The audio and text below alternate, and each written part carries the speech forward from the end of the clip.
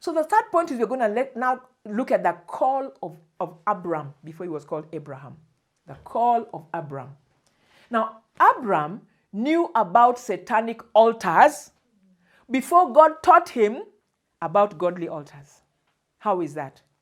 In Joshua chapter 24, in verse 2, listen to what it tells us. This is Joshua talking to the children of Israel before he dies. Joshua chapter 24 is Joshua's last speech with the children of Israel. And this is when he told them, choose you today who you will serve.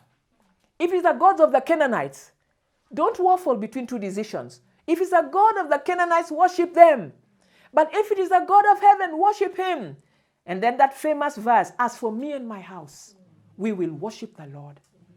Then he reminds them, and he gives us a bit of history here concerning Abraham. He tells us, long ago, verse 2 of Joshua 24, long ago, your forefathers, including Terah, remember Terah was the father of Abraham, including Terah, the father of Abraham, and Nahor, lived beyond the river and worshipped other gods. And other gods always require sacrifice. So Abraham already had worshipped another god together with his fathers. That's what he saw. And he saw satanic sacrifices. And because of worshipping other gods, now you can understand why all the women from this generation were barren. Sarah is from this generation. Rebecca is from this generation. Rachel is from this generation. Even Leah, who God, we are told God opened her womb, which means it was shut. It's all because they came from a generation of those who worshipped other gods through Terah, their father. So God had to take Abraham, then called Abraham, away from that idolatry. You need to understand now why he told him, pack and leave. Because this is the land of idolatry. I want to take you away from here. And so when the Lord appeared to Abram, after he had traveled to a place called Shechem, this is in Genesis chapter 12 and verse 7. He has left the idolatrous place. He has now gone to Shechem. In Genesis 12:17, we are told, the Lord appeared to Abram and said, to your offspring, I will give this land. And as soon as God spoke, Abram knew that where God speaks, it's an altar. If it's not an altar, God is not going to speak. And what does he do? So he built an altar there to the Lord who appeared to him. He said, this is an altar. This is where God has spoken to me. And so we see Abram moving on in Genesis 12, verse 7. I want to now go to Genesis 12 and verse 8. Genesis 12, verse 8. We are still on the story of Abram, and we are seeing how God is teaching him about altars, but now godly altars. Verse 8 says, from there, after he raised this altar where God appears to him in Shechem, it says from there, he went on towards the hills east of Bethel. It is basically Bethel. And he pitched his tent there.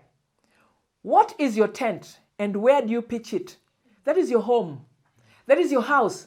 That is where you pitched a tent. You live there. So from there he went on and he pitched his tent in Bethel. And then again we are told, there he built an altar to the Lord. Why? He wanted to call on the name of the Lord. He wanted to communicate with God. So we are told there he built an altar to the Lord and called on the name of the Lord at that altar. Okay? He built an altar and he called on the name of the Lord. So the altar at Bethel, I want you to understand, this is now Bethel, where he has pitched an altar. I want us now to realize that when you raise an altar, and next week we're going to learn how to raise altars.